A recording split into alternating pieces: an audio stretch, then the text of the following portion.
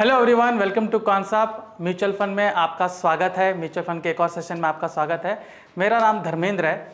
आज मैं बात करूंगा कि म्यूचुअल फंड बुल मार्केट और बेयर मार्केट में किस तरीके से काम करता है। ठीक है, देखिए बहुत लोगों की शंका रहती है, बहुत लोगों का डाउट रहता है कि बुल मार्केट में तो लोगों का कॉन्फिडेंस है कि मार्केट ऊपर जा रहा है तो इन्वेस्टमेंट उसी तरीके से हमारा ऊपर जाएगा, लेकिन जब मार्केट नीचे जाता है तो म्यूचुअल फंड वाले किस तरीके से हमारा इन्वेस्टमेंट करते हैं ताकि मुझे उसमें पैसा बरकरार रहे, ताकि उसमें मुझे पैसा मिलता रहे। ठीक है, तो चलिए डिस्कस करते हैं कि किस तरीके से जो म्यूचुअल फंड मैनेजर्स होते हैं किस तरीके से हमारा पैसा इन्वेस्ट करते हैं, जिसमें हमें bear as well as bull market दोनों में हमें पैसा बनता है। ठीक है, तो चलिए डिस्कस करते हैं। तो पहला हम ये देखेंगे कि navigating market cycles mutual fund performance from bull to bear. तो बुल मार्केट में कैसा परफॉर्मेंस है, बेयर मार्केट में कैसा परफॉर्मेंस है, दोनों देखेंगे। ठीक है, तो पहले आप मार्केट साइकिल देखिए। ठीक है, तो मार्केट साइकिल बहुत क्रूशियल होता है इन्वेस्टमेंट के लिए। देखिए जैसे कि हम देखते हैं साल भर में मौसम एक जैसा नहीं रहता, दिन भर में अब देखिए टेम्परेचर एक जैसा नहीं रहता है, हमारी लाइफ भी एक जैसी नहीं रहती, तो वैसा मार्केट भी एक जैसा नहीं होता है। ठीक है, उतराव और चढ़ाव दोनों आते रहते हैं। ठीक है, तो इसी तरीके से आप देखोगे कि बुल भी यानी बुलिश ऊपर की ओर भी मार्केट जाता रहता है और बेरिश मार्केट भी होता है, मार्केट डाउन साइड भी जाता रहता है।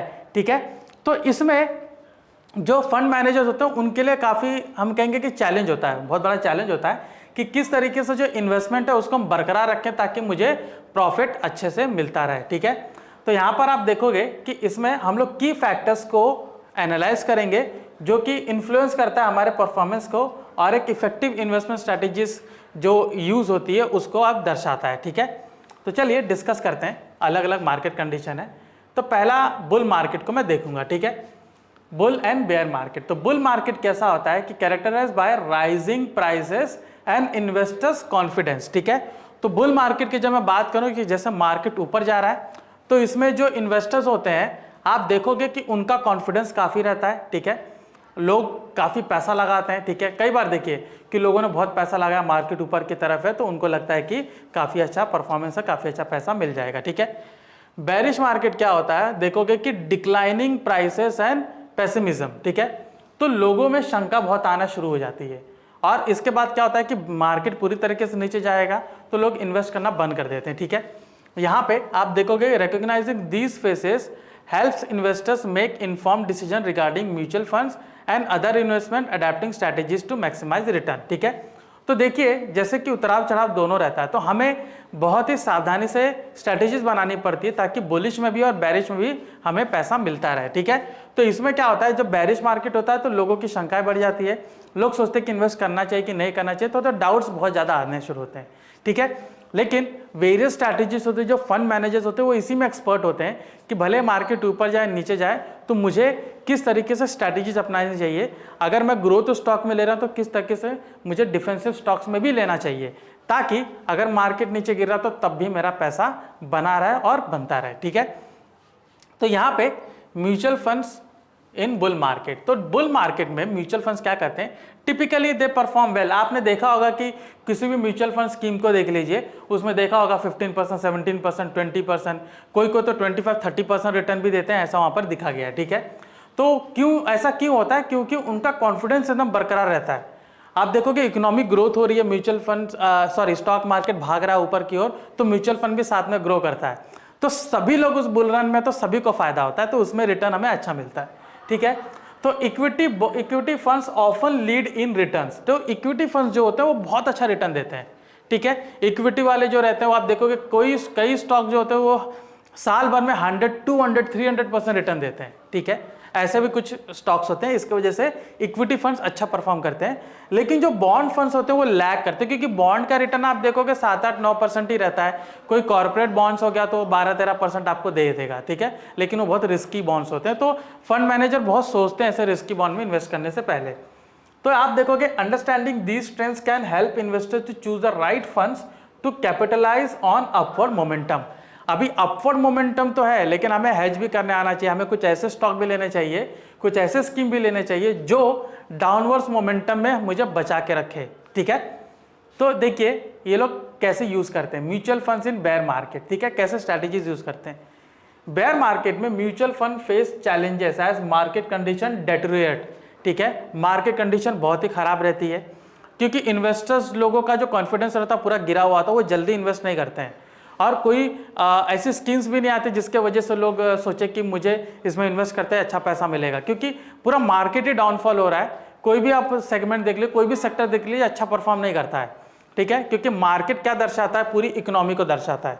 तो जब इकोनॉमी ढंग से नहीं चल रही है तो आपको पैसा कहाँ से मिलेगा, राइट। तो इसमें प्रॉब्लम आ जाती है, ठीक है। तो इसमें क्या होता है, डिफेंसिव फंड्स और बॉन्ड फंड्स में इन्वेस्ट किया जाता है ताकि मुझे कुछ प्रोटेक्शन मिले। अब डिफेंसिव फंड्स कैसे होते हैं, डिफेंसिव मतलब कोई डिफेंस सेक्टर नहीं होगा। डिफेंसिव मतलब जो रोजाना वाली चीज़ें होती है, जैसे हम अपैरल्स की बात कर रहे हैं, हम एफएमसीजी सेक्टर की बात कर रहे हैं, हम फार्मास्यूटिकल्स की बात कर रहे हैं, हम एनर्जी सेक्टर की बात कर रहे हैं, ऑयल सेक्टर की बात कर रहे हैं। ये सारे सेक्टर्स कैसे होते हैं, ये रोजाना यूज होता है, ये नीचे जाने की संभावना कम होती है, स्टडी पेस में बढ़ते रहते हैं। और मार्केट जब बेयर रहता है तो ये और बढ़ते हैं, क्योंकि लोग ज़्यादातर क्या करते हैं, इसमें इन्वेस्ट करना शुरू करते हैं जहां से ये ग्रोथ करना शुरू करते हैं। तो अगर म्यूचुअल फंड्स में, किसी म्यूचुअल फंड्स में इन लोगों का, मैं कहूँगा कि परसेंटेज बहुत ज़्यादा है, मैं कहूँगा कि इन लोगों का मार्केट शेयर बहुत ज़्यादा है, तो ये बहुत अच्छा परफॉर्म करते हैं।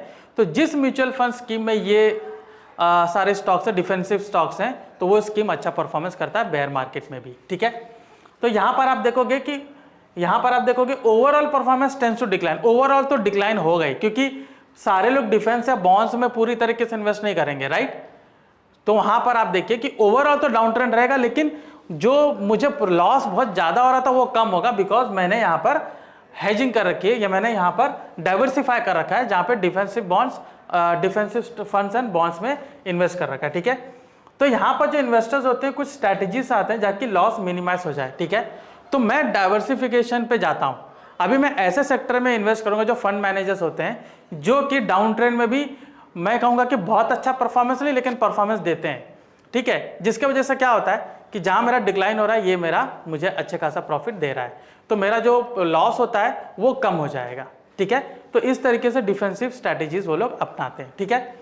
तो यहाँ पे आप देखोगे स्ट्रैटेजीज फॉर नेविगेटिंग साइकिल, ठीक है। इफेक्टिव स्ट्रैटेजीज क्या होती है, पहला डाइवर्सिफिकेशन, अलग अलग सेक्टर्स में, अलग अलग स्टॉक्स में, अलग अलग मार्केट शेयर, जो अलग अलग कैपिटल्स होते हैं, like means large cap, mid cap, small cap, अलग अलग कैपिटलाइजेशन के हिसाब से अलग अलग स्टॉक्स में इन्वेस्टमेंट होता है, अलग अलग इंस्ट्रूमेंट्स में होता है, फॉरेक्स, बॉन्ड्स, कमोडिटीज, स्टॉक, सब में होता है, ठीक है। तो इस तरीके से डाइवर्सिफिकेशन होता है, रिस्क मैनेजमेंट किया जाता है, एंड टाइमिंग इंपॉर्टेंट है। अभी जाहिर सी बात है, जैसे बारिश का टाइम हो गया, या फिर कुछ ऐसा टाइम है जिस टाइम पे लोग बीमार ज़्यादा होते हैं, तो उसके पहले लोग क्या करते हैं, या उस टाइम पे फार्मा सेक्टर्स में इन्वेस्ट करते हैं, राइट। तो तभी हमें अच्छा परफॉर्मेंस मिलता है, ओके। तो टाइमिंग बहुत इंपॉर्टेंट होता है, ठीक है। उस टाइम पे लोग इन्वेस्ट करते हैं तो टाइमिंग के हिसाब से उनको रिटर्न्स अच्छे मिलते हैं, ठीक है।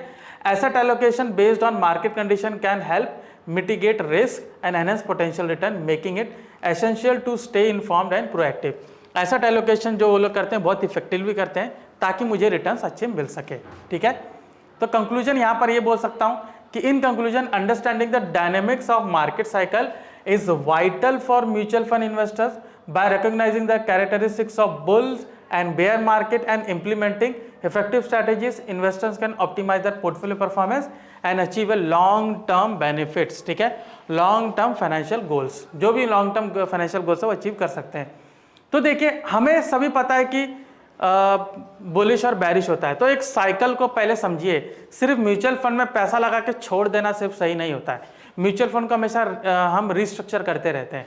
तो रिस्ट्रक्चरिंग किसके हिसाब से होगा, साइकिल के हिसाब से होगा, ठीक है। समय समय पर कुछ रिस्क मैनेजमेंट हमें बनाना जरूरी है, समय समय पर मुझे डिफेंसिव वाले में भी एंटर करना जरूरी है, ठीक है। तो रिस्क मैनेज करके चलिए, अपने पोर्टफोलियो को हमेशा मैनेज करिए, म्यूचुअल फंड्स को बहुत बारीकी से चुनिए कि किस में बहुत ज़्यादा डाइवर्सिफिकेशन है, जिसमें ऑन एन एवरेज मुझे इतना अच्छा रिटर्न मिल सकता है, और उसके हिसाब से आप अपना पोर्टफोलियो को ग्रो करेंगे और फाइनेंशियल गोल्स को अचीव कर सकेंगे। तो ये था हमारा म्यूचुअल फंड्स के ऊपर सेशन की डिफरेंट साइकिल्स में किस तरीके से म्यूचुअल फंड परफॉर्म करता है और हमारे फंड मैनेजर्स क्या क्या स्ट्रैटेजी अपनाते हैं। आई होप ये सेशन आपको पसंद आया होगा। मैं आपका ट्रेनर धर्मेंद्र राजभर, आपका धन्यवाद।